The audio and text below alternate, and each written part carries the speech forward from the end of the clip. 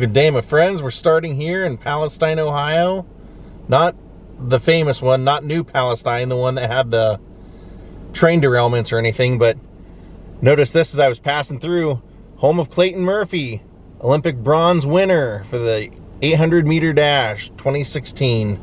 That's right, we're going to be making our way through the small towns of Ohio, and I want to make a stop off outside of Indianapolis, and we're going to visit an actress, and then we're going to keep making our way as far into Missouri as we can today. John, I, and you, we can do this. I know it. Let's go. A nice little town general store here. I love it. It's got the old soda can dispensers out front. It's got the American flag on the side, Coca-Cola sign out there. Old school. Guess that's the town water pump right there on the corner.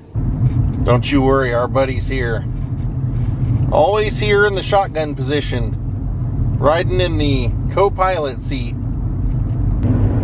I don't mind these kinds of drives at all. I love them, actually. Lots of farmland. Lots of farms. Here's our state line of Indiana.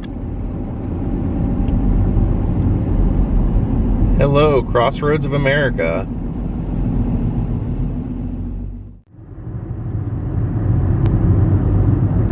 Before we stop off to visit Francis Farmer, we're going to make another stop on a Griswold style, world's largest type stop. I've been wanting to do this for several years, and I just kept never making it quite over to where this was, but today we're doing it. Look at this old car graveyard over here. Some real classics. I'd love to just wander through there.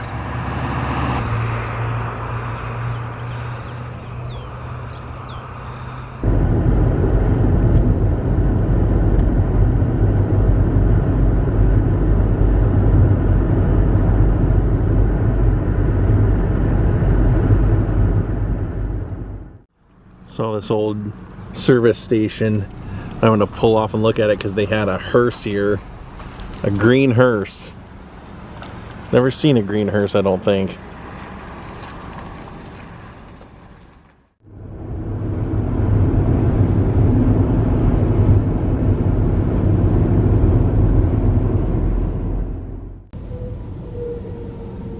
Gee, I wonder if this is it. I'd say we've made it to the world's largest ball of paint. I like the yard. All kinds of gnomes. Started with the baseball? Baseball, that's what's in the middle. That's amazing. There's number one layer when my boy was 3.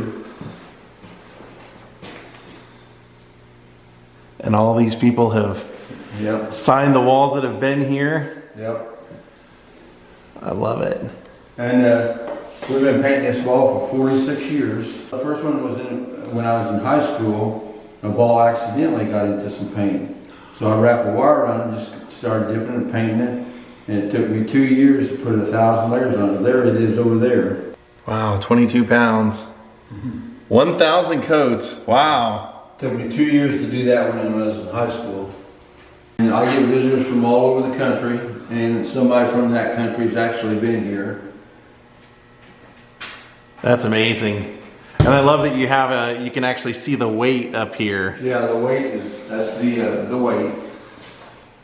Wow. And that's how many coats are currently on there? 39 unless you want to put 40 on there. Oh yeah, let's do it. I can definitely add to this. Okay. Right now it's currently at 9,250 pounds. Yeah. Wow.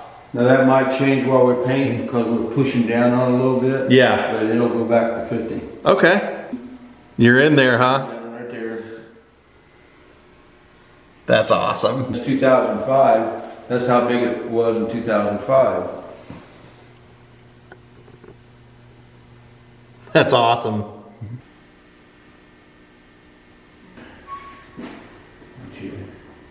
Started here. The Upbridge Boys. That's awesome. The Oakridge Boys, they came. Yeah. They came here and they sang Elvira with the Gaithers. I don't know if you know who the Gaithers are. Oh yeah, that's amazing.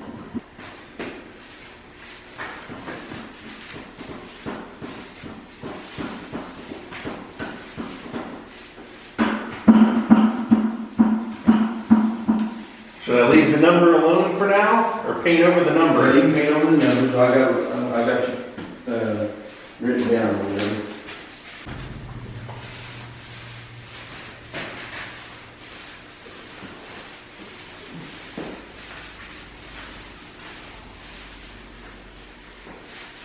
Get to see something interesting that someone's put their heart and soul into. There's my handiwork. I'm gonna leave a big grape when I leave here.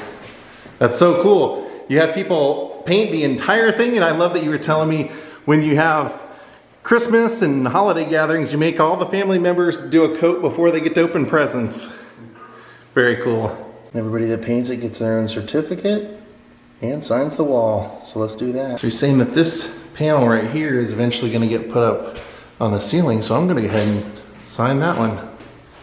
See, the way I got the Oak Ridge boys come here. I like you said the Oak Ridge boys sang Elvira in front of the hall. And the Gazers bring singers here all the time. You said they live locally, huh? Yeah. Pretty cool. Left him a $5 donation. This is really awesome that this has been going on so long. No joke, I've been trying to get out here for like 3 or 4 years. Every time Scott Michaels and I have ever went through Indiana, we always talk about going to this place and we never have, so I'm glad I did today. Now we're heading off to visit the grave of Francis Farmer. So we're trying to basically make our way across country to Nevada about in 3 days. So I'm trying to cover about 8 to 9 hours a day the next 3 days. And there are things that I am seeing along the way that I want to vlog, but I'm like looking into whether or not those areas are having winter right now, because it could be treacherous for me to go there. So a lot of planning and figuring things out on the fly right now. Making plans and then having a backup plan in case. That sign says, "Jessica, will you go to adult prom with me?" I hope she said yes. Here we are. We're in Indianapolis. It's technically called Oaklawn Memorial Gardens, and I think this town is technically Allisonville, but it's just outside of Indianapolis. I have been here before with Scott Michaels. I just didn't vlog it, so it shouldn't be too hard to find her. You can say a lot of people, especially actors and actresses, have had chaotic and sad lives, but hers might be at the very top of the list. As my memory recalls, it was this mausoleum right here. And this one says it was founded in 1969. She passed away either 70 or 71, so this would have been relatively new at the time.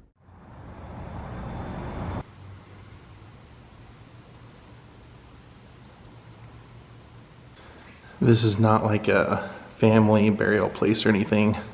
She wasn't from Indianapolis, but I think she had her best days here. So actually, I'm now realizing that where we first came in, she's actually right as soon as you come in the front doors. She's right here.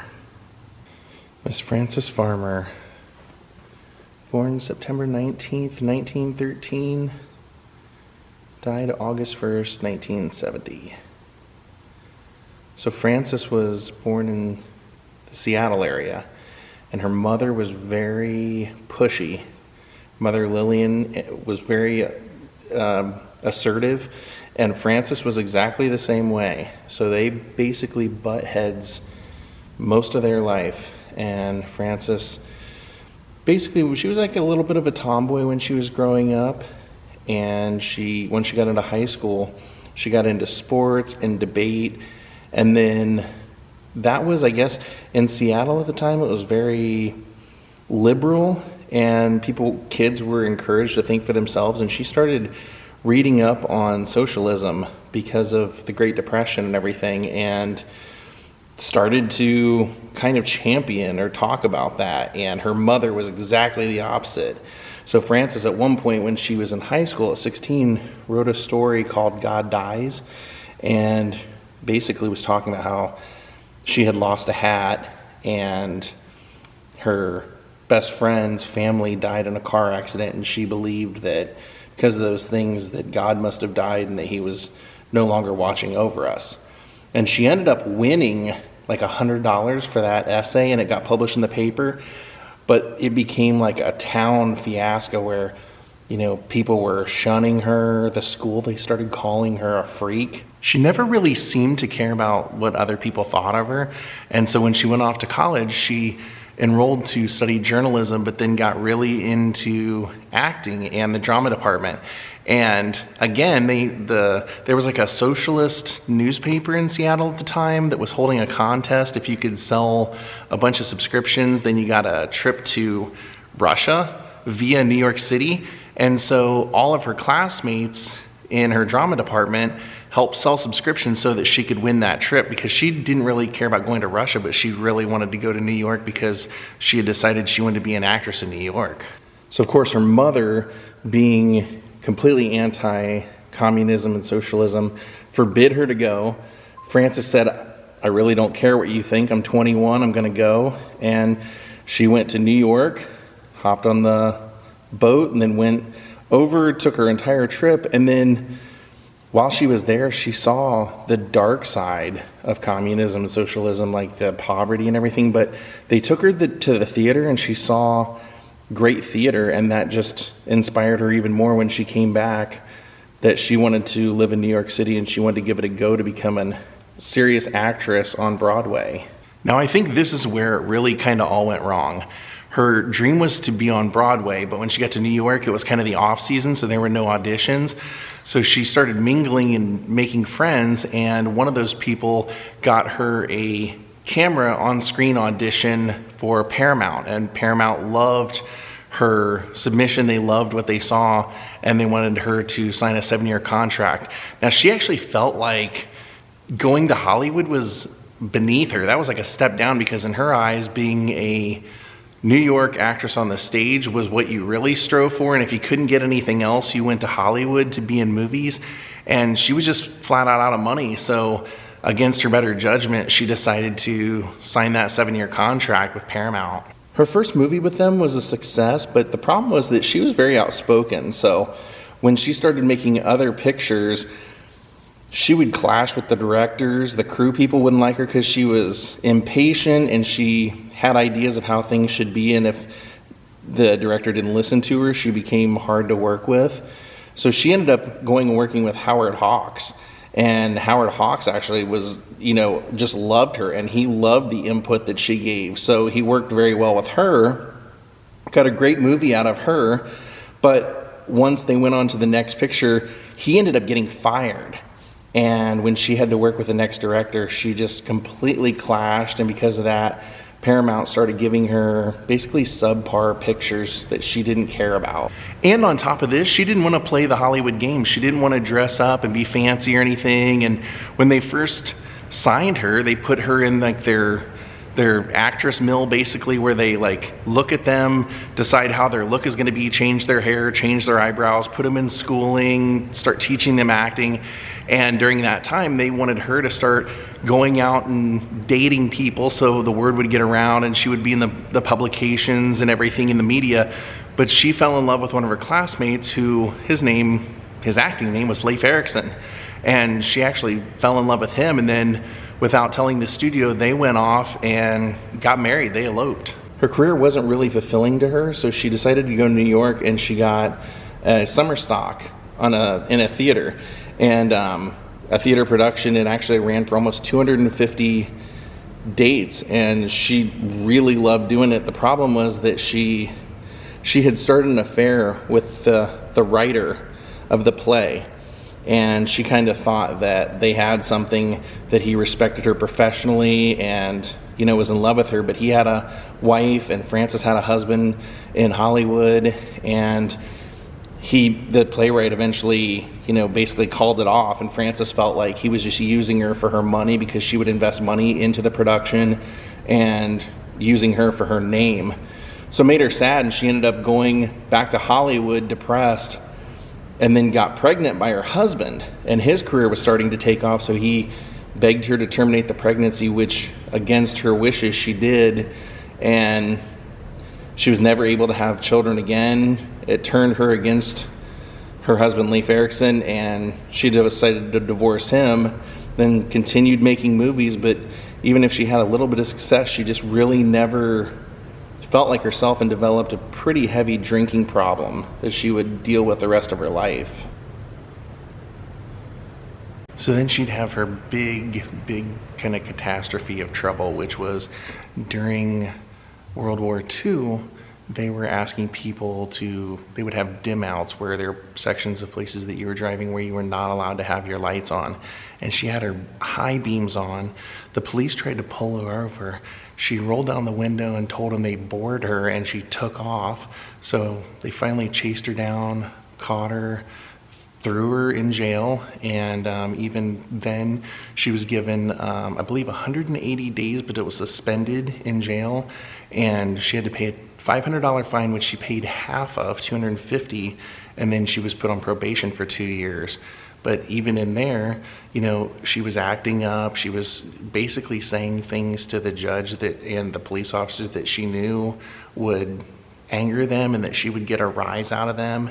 And because of this, they ended up throwing her into a mental institution for observation. So then they called her mother, and her parents came down and fought basically for Frances to be held in there. They thought that it would do her good to be locked away for some time. So when she finally was able to come out, she lost her job. Paramount canceled her contract because of her behavior. And she actually had quit showing up. She was contracted to do a film, and she wasn't always showing up. And then she had an incident on set where she was talking to things that weren't there. She thought there was a dog walking by that wasn't there. She would break out in song while they were trying to film.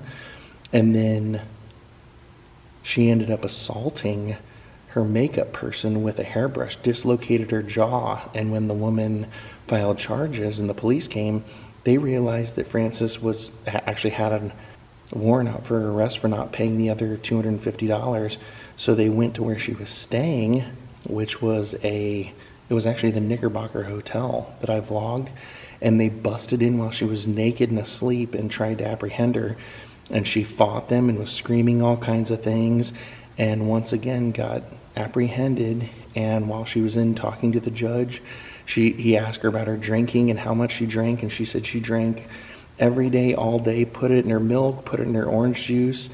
How was she supposed to survive if she didn't have it? And then when he sentenced her to jail time, she threw the inkwell for the pen at him, and he put her in an institution once again. So this time Frances would actually be locked away. They would do insulin injections to try and control her for it was like a 90-day process, and it didn't work. She still wasn't, so they ended up at the end of it having to release her, and her mother and her got into a fight. She threatened to kill her mother, and her mother reported her on that, and then she got locked away again for several years. They did electroshock. In books later, they would say that she had a lobotomy, but I don't really believe that she did from everything that I'm reading. And yeah, she spent several years locked away in institutions where she was basically just forgotten about. Anytime they would let her out, she would either start drinking or would get like a vagrancy charge, and they would throw her back in. She said that she was, harassed and abused in these places. They would submerge her in water for hours at a time. It just sounded like hell. Eventually, after years of being confined, Frances' parents' health started to deteriorate, and they actually needed her to take care of them. So they petitioned the institution and the judge and everything to have her released so that she could come take care of them at their home in Seattle. But for her, it was basically house arrest. And for the next 3 years, she would have to stay in that house taking care of them. And anytime she wanted to do anything else, they would threaten to call and have her committed again. So after 3 years of this, she went to petition to get her freedom, and they told her that she actually had been freed 2 years ago and that her parents never bothered to tell her. That just sounds like hell, doesn't it? I mean, that's just unbelievable. She ended up finding a caretaker for them, and got out of their house and got regular jobs, tried to start living a normal life because she didn't want to be a movie star anymore. She loved acting, but she didn't want to be a movie star. And then she ended up marrying a man for 6 months. That didn't work out. Then met like a traveling salesman who convinced her that he could help revive her life and career, which she didn't really like. She didn't really want to do it, but he was just like a very smooth talker and everything. And he got her in a theater traveling production that once she made it here to Indianapolis, she was offered a job here. And that's when I feel like her life kind of got a little bit better. Since there were several productions that would come through a year with big name celebrities, she was offered a television show called Frances Farmer Presents, and she would show the movie, she would interview celebrities when they came through, and she became like pretty well-known person in the community. After like the second year, I think she was voted or won an award for most influential businesswoman. She started, doing things around town. She started doing plays at Purdue University. She just really started living a life. And then, of course, after a couple of years, she started drinking again and ended up getting fired. But she had made a friend here, Jean Ratcliffe, that some people believe they were in a relationship together, but they ended up moving in together. And basically, Frances's friends, that was like the first time she really had friends, was after she lost her job on television. But her friends would say they would have a lot of nights of sitting around doing poetry. She was like very fun to be around at this point in her life and everything. And she started writing her autobiography. She was trying to come up with the funds to start a repertory company here in Indianapolis, and just really made it her home. But unfortunately in 1970 she found out that she had cancer of the esophagus, and she was pretty much, didn't have really any money. She had spent her money throughout her life giving it to her parents, helping socialist causes, helping different things, and she just in the end was really left with nothing. So she ended up in the charity ward of the Indianapolis Public Hospital. And then of course she ended up passing away at the age of 56 here. But after her death, 2 years later, her autobiography came out. And that's why I say, some people believe that her and Jean were in a relationship because Jean was the one that, people believe finished it, because when you read it, part of it sounds like it's in Frances, the way that she spoke, but then other parts of it seem very embellished for what people knew was the truth. And they thought that was the part that Jean had done, because they felt like Jean was hoping that this would give Frances some more notoriety after her death, and they would help make a movie or something like that if they embellished it a little bit. And Jean might have been right, because they did eventually make a Frances movie starring Jessica Lange, and Nirvana had a famous song, Frances Farmer Will Have Her Revenge, and so she definitely is not forgotten. But man, what a sad life and what a sad story for this poor woman.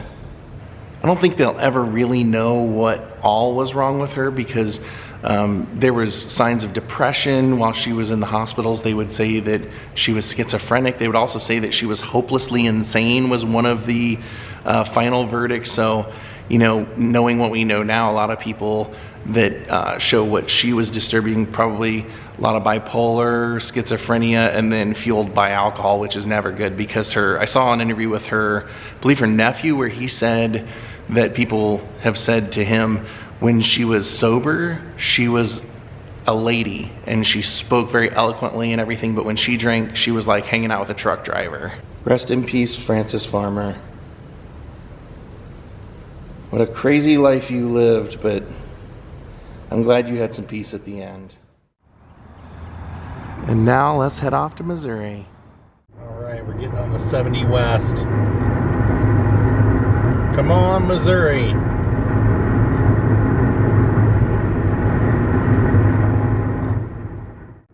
Wow, we hit the Illinois state line. I wasn't expecting that. Guess we're passing through there as well, obviously. Make a little pit stop. You know who.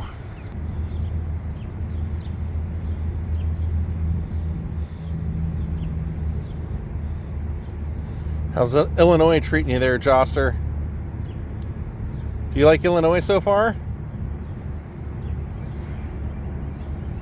There's Abraham Lincoln on an advertisement. A little bit ago we passed by the turnoff to see his log cabin. We'll see that another day.